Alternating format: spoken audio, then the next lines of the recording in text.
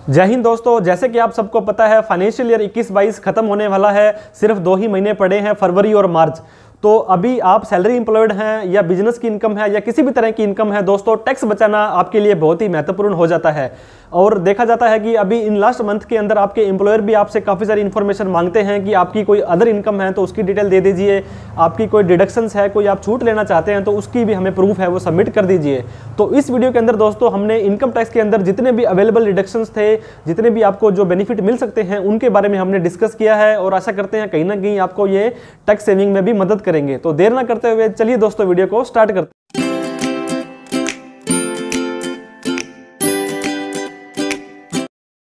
Tax planning for the financial year 21-22, जिसे कि assessment year 22-23 भी हम बोल सकते हैं। तो सबसे पहले मैं बात करना चाहूँगा दोस्तों सेक्शन 10(13)(a) की, जो कि एचआरए के बारे में बात करता है। एचआरए होता है हाउस रेंट अलाउंसेज। अगर आप एक कर्मचारी हो, चाहे सेंट्रल गवर्नमेंट, चाहे स्टेट गवर्नमेंट या प्राइवेट कर्मचारी हो, अगर आपको आपके एम्प्लॉयर से एचआरए मिलता है और आप रेंट पेड कर रहे हैं, आप किराए के मकान पर रहते हैं, तो आपको ये मिलने वाला एचआरए एग्जम्प्ट हो सकता है और आपको इनकम टैक्स में कुछ राहत मिल सकती है। तो लिस्ट ऑफ द फॉलोइंग, इन तीनों में से जो कम होगा दोस्तों उसकी छूट आपको मिलेगी। सबसे पहले तो actual amount of HRA received, जितना एचआरए मिला है उससे ज़्यादा छूट नहीं मिल सकती आपको। Actual rent paid minus 10% of basic plus DA, एक ये होता है।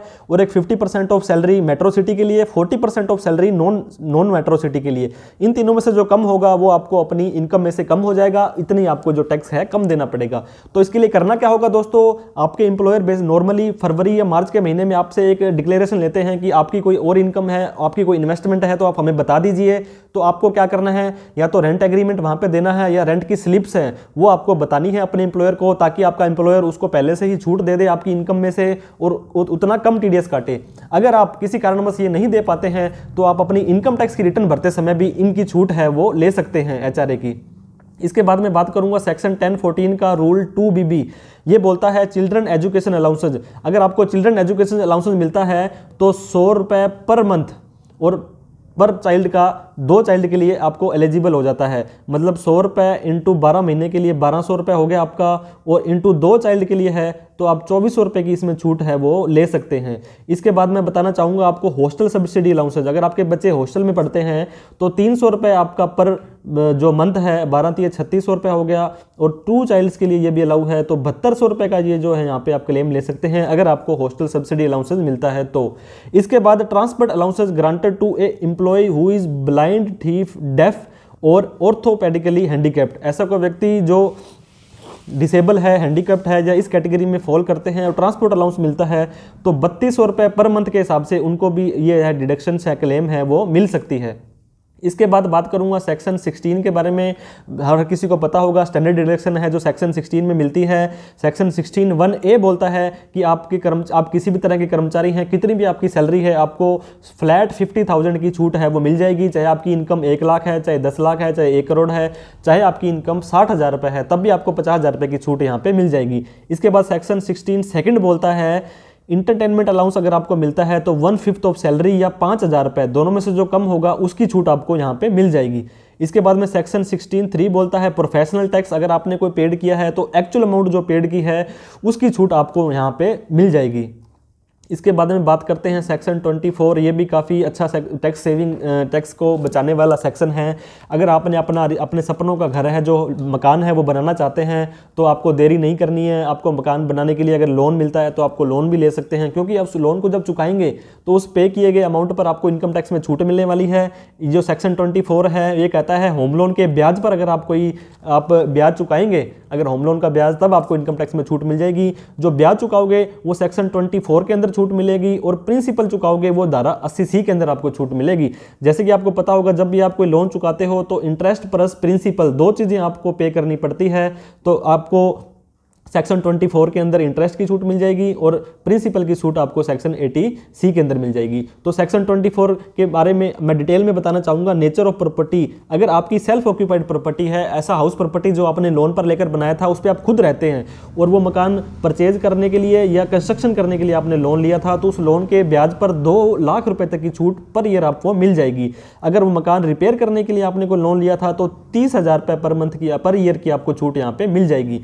एक बात और मैं मैं बताना चाहूँगा दोस्तों, अगर ये लोन है जॉइंटली लिया है आपने अपने स्पाउस के नाम से या अपने फैमिली में किसी नाम से, तो दोनों व्यक्ति ही 2-2 लाख रुपए की छूट ले सकते हैं जो अमाउंट पे किया है जिसने उसको देखते हुए। इसके बाद में अगर आपने ये जो मकान है लेट आउट है, किराए पर दिया है, अगर बनाने कंस्ट्रक्शन करने के लिए लोन लिया था और वो कंस्ट्रक्शन करके आपने किराए पर दे दिया है, तो जितना भी आप इंटरेस्ट पेड करते हैं 2 लाख से ज़्यादा हो तो भी एक्चुअल अमाउंट पेड है वो आपको यहाँ पे सेक्शन 24 के अंदर छूट मिल जाएगी। अब मैं बात करना चाहूँगा दोस्तों धारा 80C, CCC और CCD1। तो धारा 80C बोलती है, ये काफ़ी प्रचलित, काफ़ी फेमस और काफ़ी टैक्स सेवर है आपकी जो सेक्शन है। सबसे पहले लाइफ इंश्योरेंस प्रीमियम इंश्योरेंस लगभग हर व्यक्ति करवाता है। आपके लाइफ का इंश्योरेंस है, आपका टर्म इंश्योरेंस है, किसी भी कंपनी से चाहे आप करवाएं वो आपको यहाँ पे 80C में छूट मिल जाएगी। Provident fund, public provident fund, government provident fund, employee provident fund, ऐसे कोई फंड होते हैं जिसमें आप पैसा लगाते हैं, वो भी सेक्शन 80C में छूट मिल जाएगी। अगर आपके बच्चे हैं तो जो स्कूल या कॉलेज में पढ़ते हैं तो वहाँ की जो ट्यूशन फीस है वो 2 बच्चों की छूट है वो आपको मिल जाएगी। धारा 80C के अंदर नेशनल सेविंग सर्टिफिकेट के अंदर भी आपको इन्वेस्टमेंट करते हो तो छूट मिल जाएगी। हाउस लोन का मैंने बताया था दोस्तों, सेक्शन 24 में इंटरेस्ट मिल जाएगा और 80C के अंदर आपको प्रिंसिपल अमाउंट की जो है छूट मिल जाएगी। बहुत सारी टैक्स सेवर एफडीज आती हैं जिसमें कि आपको इन्वेस्ट करने के बाद में उस जितनी अमाउंट इन्वेस्ट की है वो धारा 80C के अंदर आपको इनकम टैक्स में छूट मिल जाएगी। लेकिन एक बात ध्यान में रखनी बहुत जरूरी है दोस्तों, इस टैक्स सेवर की एफडी के ऊपर जो भी आप इनकम कमाओगे वो आपकी इनकम में जुड़ जाएगी और उस पर आपको टैक्स देना पड़ सकता है। इसके बाद में ELSS होते हैं, equity link saving scheme, mutual fund होते हैं, ये अगर इनमें भी आप पैसा लगाते हो तो धारा 80C के अंदर आपको ये छूट मिल सकती है। इसके बाद धारा 80CCC, एनुटी प्लान आपने को खरीदा है LIC का या किसी पेंशन स्कीम को खरीदा है तो उसके अंदर जो इन्वेस्टमेंट करेंगे वो भी धारा 80CCC के अंदर आपको छूट मिल जाएगी। धारा 80CCC1 80CCD1 जो है ये एम्प्लॉय का कंट्रीब्यूशन NPS के अंदर है, उसकी बात करता है दोस्तों। न्यू पेंशन स्कीम जो कि अभी रिसेंट में चालू हुई थी, अगर आप पेंशन स्कीम में पैसा लगाते हैं तो 2 तरह से इसके अंदर इन्वेस्टमेंट होती है, एक तो एम्प्लॉय का पैसा कटता है और एक एम्प्लॉयर अलग से उसके अंदर पैसा डालता है। तो एम्प्लॉय का जो कंट्रीब्यूशन है दोस्तों धारा 80CCD1 के अंदर 10% आपकी जो जैसे मान लो कंट्रीब्यूशन होता है तो आपको वो अमाउंट है इनकम टैक्स में छूट मिल जाएगी। लेकिन आपको ध्यान में क्या रखना है, धारा 80C, धारा 80CCC और CCD1 इन तीनों की मिलाकर के 1.5 लाख रुपए ही मैक्सिमम छूट ले सकते हैं। चाहे आपकी इन्वेस्टमेंट 2 लाख हो, 5 लाख हो, आपको छूट 1.5 लाख रुपए तक ही मिलेगी। इसके बारे में बात करते हैं 80CCD1B। 80CCD1 था वो एम्प्लॉय का कंट्रीब्यूशन था, इसके अंदर आप पेमेंट करते हो NPS के अंदर और ये 80CCD1 के अलावा है 50,000 रुपये की छूट आपको इसमें मिल जाएगी और अवेलेबल है for NPS covered employee and old pension scheme holder both, ये सभी के लिए ये अवेलेबल है दोस्तों। 80CCD1B 80CCD1 के अलावा ये छूट मिलती है। 80CCD2 के बारे में बात करूंगा, ये आपका एम्प्लॉयर का कंट्रीब्यूशन होता है NPS में। जैसे मैंने बताया था NPS के अंदर एम्प्लॉय का कंट्रीब्यूशन भी सैलरी में से कट जाता है और एम्प्लॉयर अमाउंट अलग से भी वहां पे जमा करवाता है, वो कि 14% होती है और उस 14% में से अगर आप सेंट्रल गवर्नमेंट हो तो सारी की सारी छूट मिल जाएगी, अगर आप स्टेट गवर्नमेंट हो तो आपको 10% छूट मिल जाएगी और 4% जो आपकी ये अमाउंट है वो आपकी टैक्सेबल हो जाएगी। तो एक बात और मैं बताना चाहूँगा, 80CCD2 में छूट लेने के लिए एम्प्लॉयर का कंट्रीब्यूशन पहले आपको सैलरी में जोड़ना पड़ेगा, आपकी इनकम में जोड़ना पड़ेगा, उसके बाद आप उसकी जो है डिडक्शन ले सकते हैं। अब मैं बात करूंगा सेक्शन 80D के बारे में। हेल्थ कॉन्शियस होना चाहिए दोस्तों, आपको अपनी हेल्थ इंश्योरेंस वगैरह करवाना चाहिए। अगर आप खुद के लिए, स्पाउस के लिए या अपने डिपेंडेंट चिल्ड्रन के लिए हेल्थ इंश्योरेंस की कोई पॉलिसी लेते हैं तो 25,000 रुपये तक आपको छूट मिल जाएगी। अगर आप इनमें से कोई सीनियर सिटीजन हैं तो 50,000 रुपये तक की छूट मिल जाएगी और 5,000 रुपये तक प्रिवेंटिव हेल्थ चेकअप, अगर आपको ऐसा हेल्थ चेकअप करवाते हैं तो 5,000 रुपये की छूट इसमें भी मिल जाएगी। लेकिन ये मैक्सिमम 25 या 50,000 तक रहेगी, 5,000 रुपये की छूट अलग से नहीं है। अगर आप हेल्थ इंश्योरेंस पॉलिसी आपके पेरेंट्स के नाम से लेते हैं, खुद की छूट तो आपको मिलेगी ही मिलेगी। अगर आपके पेरेंट्स सीनियर सिटीजन हैं तो 50,000 रुपये की छूट और मिल जाएगी, या आपके पेरेंट्स 60 साल से कम हैं तो 25,000 रुपये की छूट मिल जाएगी। मगर अगर आप सीनियर सिटीजन हैं तो 50,000 की छूट आपको मिल जाएगी और आपके पेरेंट्स सीनियर सिटीजन हैं उनकी भी अगर आप हेल्थ इंश्योरेंस पॉलिसी कराते हैं तो आपको इसकी भी छूट मिल जाएगी 50,000 रुपये तक, 1 लाख रुपये तक की छूट आप इसमें ले सकते हैं। इसके बाद में है 80DD डिसेबल डिपेंडेंट, मेंटेनेंस और medical treatment of disable dependent. ऐसा कोई व्यक्ति जो डिसेबल है और आपके ऊपर डिपेंडेंट है और उसकी डिसेबिलिटी 40 to 80% है, तब आप 75,000 रुपये की छूट है, फ्लैट डिडक्शन आप ले सकते हैं। अगर वो उसकी डिसेबिलिटी 80% या उससे ज़्यादा है तो आपको 1,25,000 रुपये तक की जो डिडक्शन है वो मिल जाएगी दोस्तों। इसके लिए आपको किसी भी तरह का खर्चा करने की जरूरत नहीं है, क्या खर्चा करो या ना करो, आपको ये डिडक्शंस हैं वो मिल जाएगी।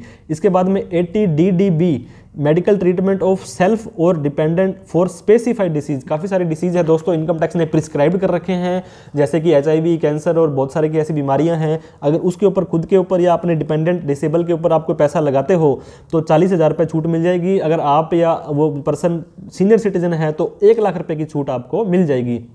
इसके बाद में 80E है दोस्तों। 80E का मतलब होता है एजुकेशन। अगर आप एजुकेशन लेने के लिए, क्योंकि एजुकेशन ही ऐसी चीज़ है जो बढ़ती नहीं है, ये अपनी ही प्रॉपर्टी बन जाती है। अगर आप एजुकेशन लेना चाहते हो, हायर एजुकेशन खुद के लिए, अपने बच्चों के लिए, अपने स्पाउस के लिए, और उसके एजुकेशन के लिए आपने कोई लोन लिया है दोस्तों, तो उस लोन के ऊपर जो आप इंटरेस्ट पे करेंगे धारा 80E के अंदर, उसकी भी आपको यहाँ पे छूट मिल जाएगी।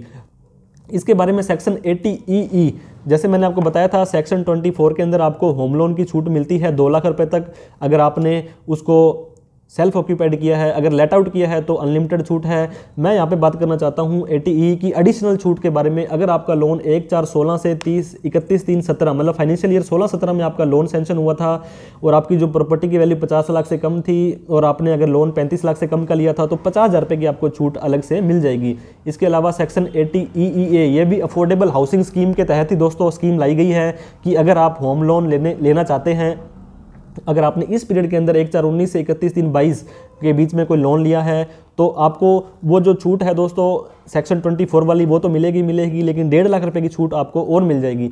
लेकिन अभी मैंने पहले पीछे जो 50,000 रुपये का जो 16-17 में जो लोन लिया था वो या आपका 80EEA, इन दोनों में से एक की छूट मिलेगी, प्लस में आपको सेक्शन 24 की छूट मिलेगी। तो या तो आप 80EE की छूट ले सकते हैं या 80EEA की छूट ले सकते हैं, और सेक्शन 24 की छूट तो आपको मिल ही जाएगी।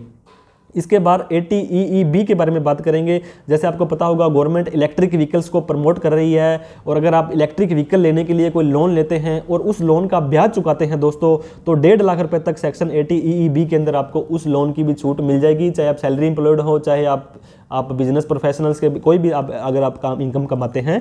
लेकिन ये लोन आपका 1/4/19 से मतलब 19-20, 20-21, 21-22 और 22-23 इन 4 सालों के अंदर ही आपको ये लोन है जो लिया होना चाहिए।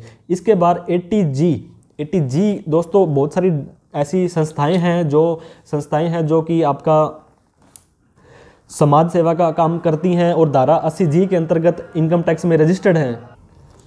बहुत सारी ऐसी संस्थाएं सिर्फ इसी पर्पज़ के लिए बनी होती है कि लोगों को टैक्स में बचत मिल जाए, प्लस में समाज सेवा भी हो जाए। तो आप उन संस्थाओं से भी संपर्क कर सकते हैं।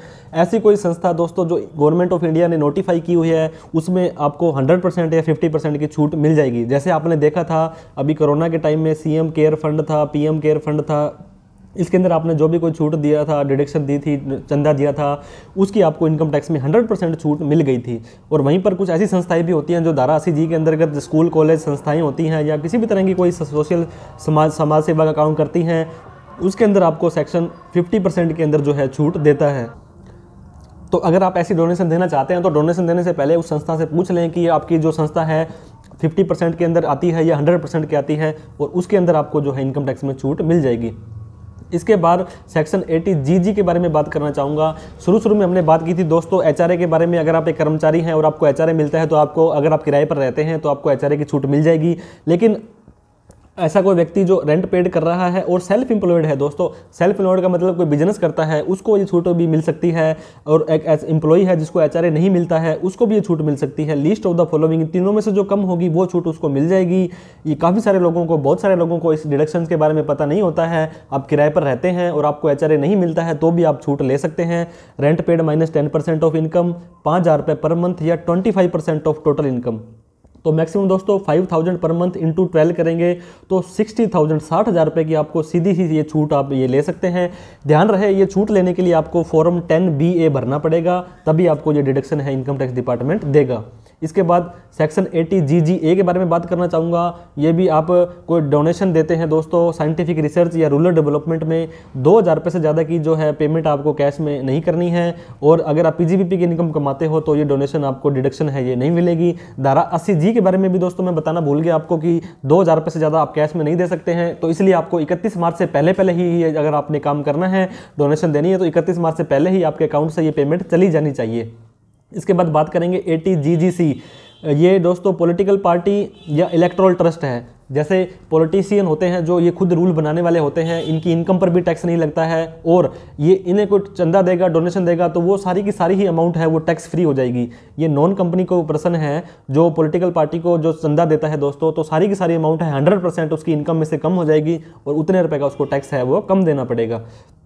इसके बारे में बात करेंगे। ATTTB, TTB जैसे नाम आता है तो सीनियर सिटीजन का ध्यान आ जाता है। सीनियर सिटीजन को 50,000 रुपये तक की छूट मिलती है अगर वो इंटरेस्ट की कमाई करते हैं, FD के ऊपर कमाते हैं या सेविंग पर कमाते हैं। इन दोनों को मिला करके अगर आपका 50,000 रुपये तक का ब्याज है तो आपको उसको इनकम में जुड़ जाएगा, बाद में इनकम में घट जाएगा, इसके ऊपर आपको टैक्स नहीं देना है। आने वाले बजट में ATTTB की लिमिट भी बढ़ाने के बारे में सोच रही है। RBI ने रिकमेंड किया है कि इसको 1 लाख किया जाए। अभी देखने की बात रहती है कि क्या करते हैं।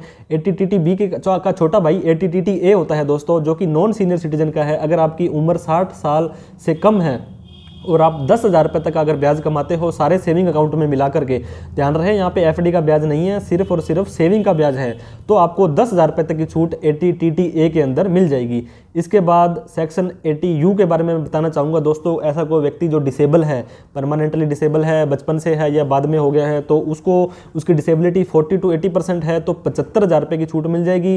अगर उसकी डिसेबिलिटी 80% से ज़्यादा है तो 1,25,000 रुपये की फ्लैट डिडक्शन उसको मिल जाएगी, कोई भी एक्सपेंस करने की ज़रूरत उनको नहीं है।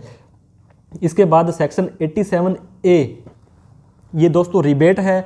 बहुत सारे लोग कंफ्यूज रहते हैं कि टैक्स की लिमिट 2.5 लाख है या 5 लाख है या रिटर्न की, तो मैं आपको फिर से बता दूं, आपकी ITR भरने की जो लिमिट है दोस्तों वो तो 2.5 लाख रुपए है और टैक्स भरने की लिमिट है 5 लाख रुपए है। अगर आपकी इनकम 5 लाख से क्रॉस नहीं करती है तो आपको किसी भी तरह का टैक्स नहीं देना है। सेक्शन 87A कहता है 2.5 लाख से 5 लाख तक वैसे तो 5% का स्लैब लगता है, लेकिन उसका 5% का 12,500 टैक्स होता है और वो 12,000 का 12,500 रुपये या उससे जो जितना भी कम होगा विच एवर इज लेस, वो आपको छूट मिल जाएगी।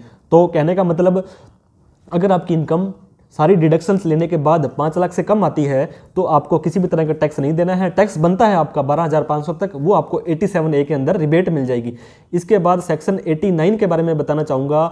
ऐसा सैलरी एम्प्लॉयड पर्सन जिसको कि पिछले सालों की सैलरी इस साल में मिली है उसे एरियर सैलरी बोलते हैं। तो एम्प्लॉयर क्या करता है, उस एरियर सैलरी को करंट ईयर की सैलरी मान करके उसमें टैक्स बना देता है और उसका TDS काट लेता है। लेकिन वो एम्प्लॉयर कहना चाहता है कि ये सैलरी तो मेरी पिछले सालों की है और पिछले सालों में मेरा टैक्स बनता ही नहीं था, अगर इसको जोड़ेंगे फिर भी, तब आपको एक फॉर्म 10E भरना पड़ता है जिसमें कि अलग अलग सालों का आपको बताना पड़ता है कि सैलरी मेरी इतनी थी और एरियर मेरा इतना था और इसका इतना टैक्स बनता था। तो उसके हिसाब से दोस्तों आपको सेक्शन 89 जो है वो रिलीफ देता है और आपका जो टैक्स काट लिया गया है TDS जो एम्प्लॉयर के द्वारा, उसकी आप डिडक्शन है वो ले सकते हैं। तो आशा करते हैं दोस्तों इनकम टैक्स में अवेलेबल जितनी भी डिडक्शंस हैं, छूट हैं, जिनका कि आपको बेनिफिट मिल सकता है, वो हमने सब डिस्कस कर ली है। फिर भी कोई डाउट, क्वेरी, क्वेश्चन आपका रह जाता है, इस वीडियो से रिलेटेड हो, इनकम टैक्स से रिलेटेड हो, GST से रिलेटेड हो, तो आप बेझिझक कमेंट कर सकते हैं दोस्तों। हम और हमारी टीम है जो उसका रिप्लाई करने की कोशिश करती है। और दोस्तों कई बार किसी कमेंट का रिप्लाई करना रह जाता है तो बुरा न मानते हुए आप उस कमेंट को दोबारा भी कर सकते हैं ताकि वो कमेंट हमारा ऊपर आ जाए और हम उसका वापस से रिप्लाई करने में हमें आसानी हो जाती है। वीडियो अच्छी लगी हो तो लाइक करना ना भूलें और चैनल को सब्सक्राइब नहीं किया तो सब्सक्राइब करके बेल आइकन भी दबा दें और इस वीडियो को अपने चाहने वालों में भी शेयर करें ताकि उन्हें भी इसका बेनिफिट मिल सके। थैंक यू सो मच दोस्तों। जय हिंद, जय भारत।